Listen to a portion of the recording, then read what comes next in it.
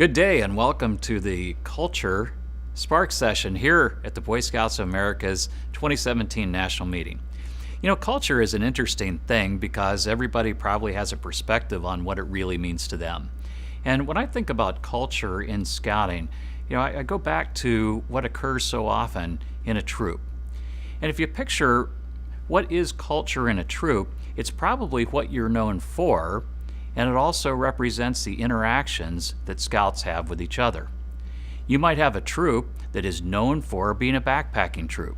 So they've developed a culture that's their focus. Now they certainly might do other things. They might go canoeing, they go to summer camp, but they're generally known as kind of a backpacking troop. As the boys interact with each other, they have an individual culture that gives a sense of what it's like to be in that environment.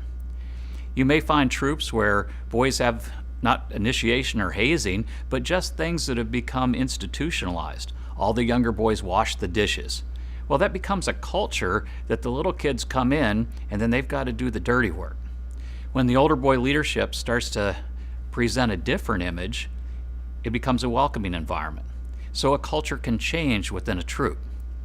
Now magnify that out to 2.3 million members, 1 million adult volunteers, it becomes a little more challenging to change a culture in a large institution, particularly one that has such a rich and storied history like the Boy Scouts of America.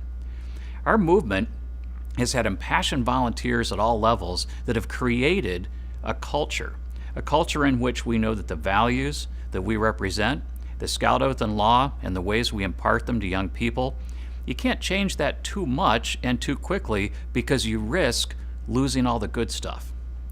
But along the way, some practices get institutionalized, and like that troop that may do some negative things to younger boys, we start to have some negative interactions that create a culture that's not what we desire.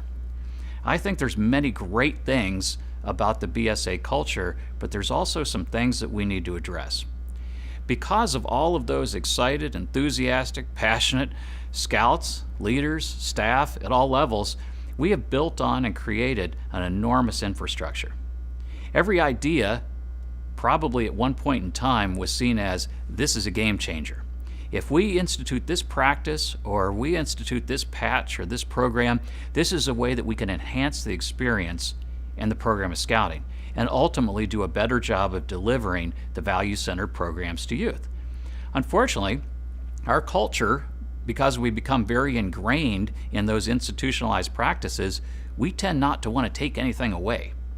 So over 106, 107 years, we have layered on and built an enormous infrastructure, and we are very reluctant to take anything away.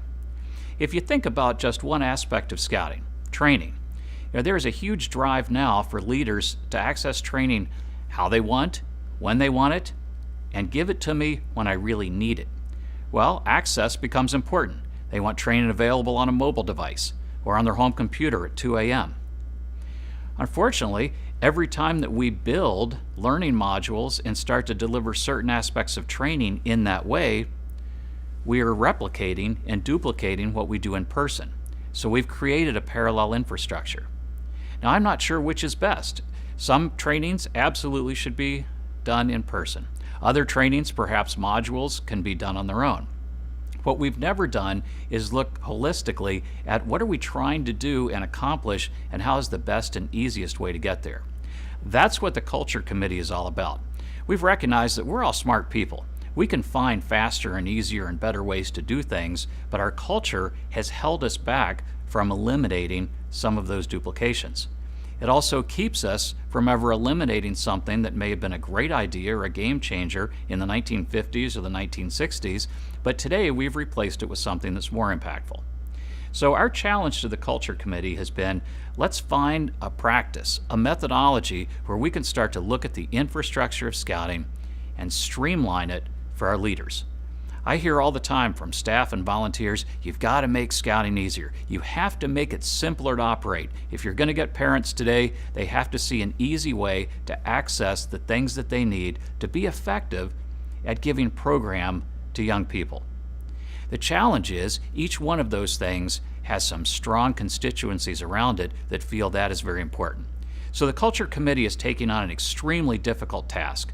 They are going to look at all of those individual practices, procedures, and processes and figure out how do we create the simplest and easiest way to get our leaders what they need. I think you're going to find through the course of this particular Spark session, we've developed a good methodology over the last year and a half, and we have an extremely talented group of volunteers supported by staff to start executing a much more streamlined and lean scouting organization. So thank you for being here today, and we look forward to your input. It is absolutely vital to this process. Thank you.